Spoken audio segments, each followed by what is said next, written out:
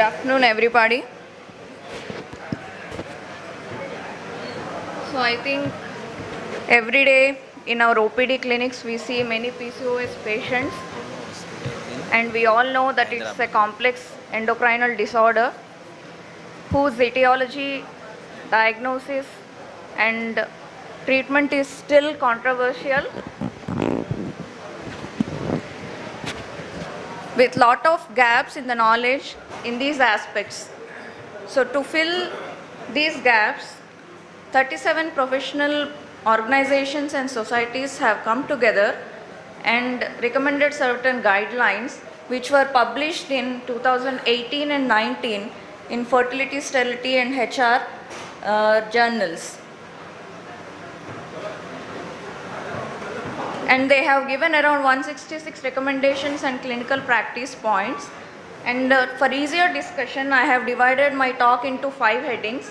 The first part is the etiology, which I already said is again controversial, and to some extent it can be explained by 2 hit hypotheses, where a female with congenital predisposition, when gets exposed to certain environmental factors, start manifesting the key features of PCOS, that is hyperandrogenism and hyperinsulinemia.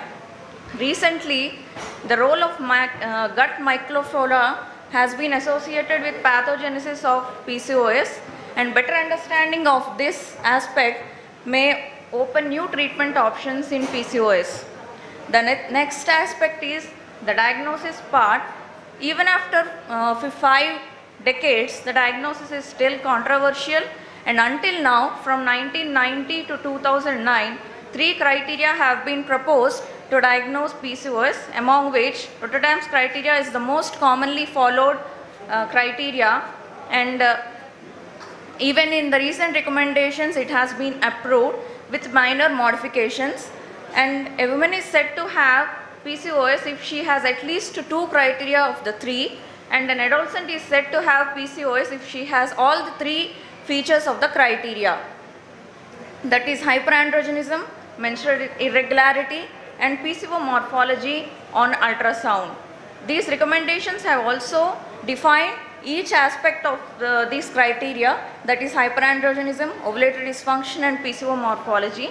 According to these recommendations, a woman is said to have clinical hypoandrogenism if she has acne, hirsutism with a modified Ferriman-Galloway score of 4 to 6 to 8 depending upon the ethnicity of the woman, and androgenic alopecia. And free testosterone and the free androgen index can be considered as markers for biochemical hyperandrogenism, and when the above 2 are normal, we can consider measuring androstenedione and DHEAS.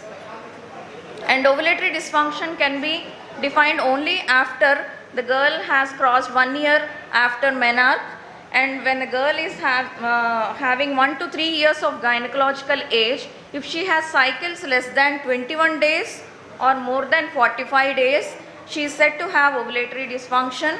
And when a woman having cycles less than 21 days or more than 35 days, and when she has less than 8 cycles in a year, and if she has at least 1 cycle with more than 90 days, she is said to have ovulatory dysfunction. And coming to the PCO morphology, previously a follicular number of more than 12 was considered to be diagnostic of polycystic ovaries, but with recent advent of high resolution ultrasound machines with transducer frequency of 8, the follicular number of more than 19 is to be considered as a cutoff.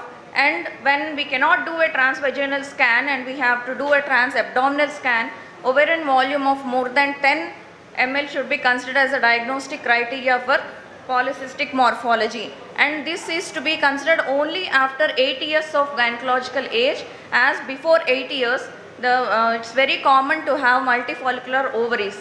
And if an adolescent has only 2 features and doesn't fulfill the 3rd criteria, we can consider her into a high risk group and keep following up until the 8 years of maturity, and then confirm or refute the diagnosis of polycystic ovarian syndrome. And currently AMH cannot be an alternative for diagnosis of alternative for diagnosis of PCO, but it can be used as a supportive test as it lacks standardization and uniformity. For now, we can consider AMH value of more than 5 to diagnose PCO. While diagnosing PCO, it is very important to consider even the ethnicity, as certain features are more common in certain ethnic groups, like hirsutism is more common and severe in Middle East women and Hispanic group, and insulin resistance and central obesity is more common in Southeast Asians, that is in our population, which makes difference in the management part. Once the diagnosis of PCOS is confirmed, we have to screen these women and girls for cardiovascular diseases, glucose intolerance, obstructive sleep apnea, endometrial disorders and psychological aspects periodically and treat accordingly. And the management of PCOS consists of 3 parts, that is lifestyle modifications, medical management of non-fertility issues and medical management of infertility. Lifestyle corrections is the first line of treatment and cost effective one, and is an adjuvant to medical management of PCOS, and no specific diet or exercise has been shown to be superior to one another, and any balanced diet with complex carbohydrates rather than simple carbs along with good protein can be advised. And in women whose BMI is more and who have metabolic syndrome, who need weight loss, we can advise a diet which is deficient in calories by 30% or 500 to 750 kilocalories per day. And any kind of exercises can be advised. Women of normal weight, we can advise 75 to 150 minutes per week of either vigorous or moderate exercises. Women who need weight loss, we can advise 150 to 250 minutes per week of either vigorous or moderate intensity exercises. And behavioral strategies is also important. We have to counsel the women that they have to follow these lifestyle corrections forever to avoid long-term comorbidities like already discussed, and we have to even overcome, make the patient overcome their inferiority complexes or depression symptoms because of weight abnormalities and cosmetic issues. And coming to the pharmacological treatment for non-fertility indications, which is based on symptoms. If a woman is having menstrual irregularities or hyperandrogenism, the drug of choice is low-dose oral contraceptive pills with anti-androgenic progestins. But if oral pills are contraindicated for certain reasons, we can give cyclic progesterones to regularize their cycles. If the woman or girl is having menstrual irregularities with metabolic syndrome, we can even add metformin to the pills. And if the woman is having almost regular cycles, that is if she is menstruating spontaneously for every 60 to 90 days but still has the little metabolic syndrome or BMI is more, we can give only metformin to prevent the long-term consequences.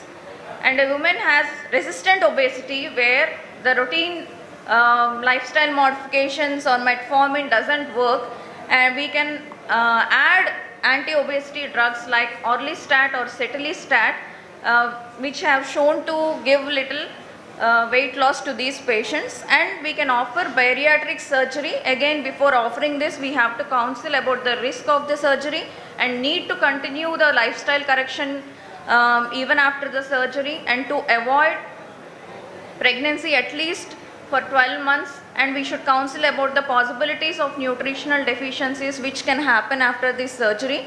And the role of bariatric surgery in treatment of PCOS is still experimental, and the effects are still not confirmed. Similarly, when the women or a girl has resistant hirsutism which doesn't respond with pills or cosmetic procedures, we can add a small dose of spironolactone which may give good results after 3 to 6 months at least. And again, myoinositol is still in experimental stage with emerging evidence which we may consider especially in adolescents where they may need long-term effects because with metformin they may have GI side effects and B12 deficiencies which are not present with the myoinositol. And coming to the management of infertility, it always starts with lifestyle interventions. It should be along with or after lifestyle intervention. Now, after the safety of letrozole has been proven, it becomes the drug of choice after clomiphene. And when there is no response with only letrozole or clomiphene, we can add metformin to resistant patients. For some milder phenotypes, we can give metformin alone for ovulation induction, but we need to counsel the patient about the availability of other options. And now even gonadotropins has been considered to be the first line of management in certain group of patients. And coming to the second line of management, it could be either with gonadotropins but small doses and need frequent monitoring. And the other one is the lap ovarian surgery. While we offer this lap ovarian drilling, we have to carefully select the patient. We can consider patients who have resistance to ovulation induction with persistently high LH, and they have other factors of for laparoscopy, and who had severe OHSS, and we should explain the complications like cost, operative risk, and risk of premature ovarian failure, risk of adhesions, and the effect on oocyte quality. And as a third line of therapy, we can advise ART, which antagon protocol with agonist trigger and all-free strategy will be best, and metformin can be added to prevent OHSS, and in wherever possible we can even offer IVM. To sum up, etiopathogenesis is still inconclusive, current diagnostic criteria is still unclear, and management changes throughout age and guided by symptoms. Early detection of long-term morbidities is essential part of the management. Lifestyle modifications is a critical part of the management. Oral pills are choice for anovulation and hyperandrogenism. Letrozole is now drug of choice for ovulation induction. Inositol, a novel drug showing promising results, can be considered and needs further studies. Thank you.